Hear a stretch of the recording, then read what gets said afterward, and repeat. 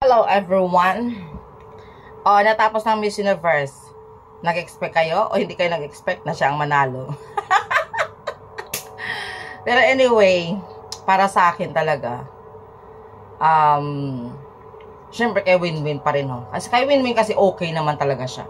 Kaso lang, itong kay Winwin kasi, itong gabi sa Miss Universe, nakulangan lang ako kasi kanyang pag-execute ba?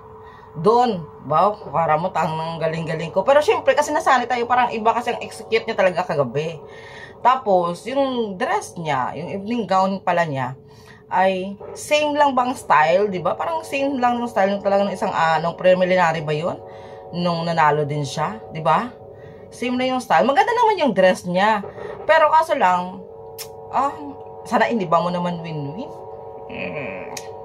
Para may konting more effort pa ba? Parang nakulangan lang talaga ako doon. At saka doon sa pag-execute niya, pasarela niya, nakulangan din ako. Parang ewan lang guys, correct me if I'm wrong, pero yun sa akin lang yun ha. Sa akin, na ikukumpara ko nung last time, na mga energy ba niya. Pero this time, parang nakulangan ako. And then sa question and answer naman, syempre, diba? Direct to the point naman ang sagot niya. Kaso lang medyo nakikita ko lang talaga may konting kabalang ating Winwin Marquez, no? Well, sabi ko nga, hindi ko naman talaga ganun siya ka-bet ng bet si Winwin. Pero kaso lang, syempre, na-intriga lang talaga ako dahil siya yung, kilala natin din siya, syempre artista siya. Maliban doon, ay lagi siya kasing lumalabas sa newsfeed ko. Pero nasa isip ko talaga na hindi talaga manalo si Winwin talaga. Kasi lang bakit? Luto na to eh. Expect na yan guys, no?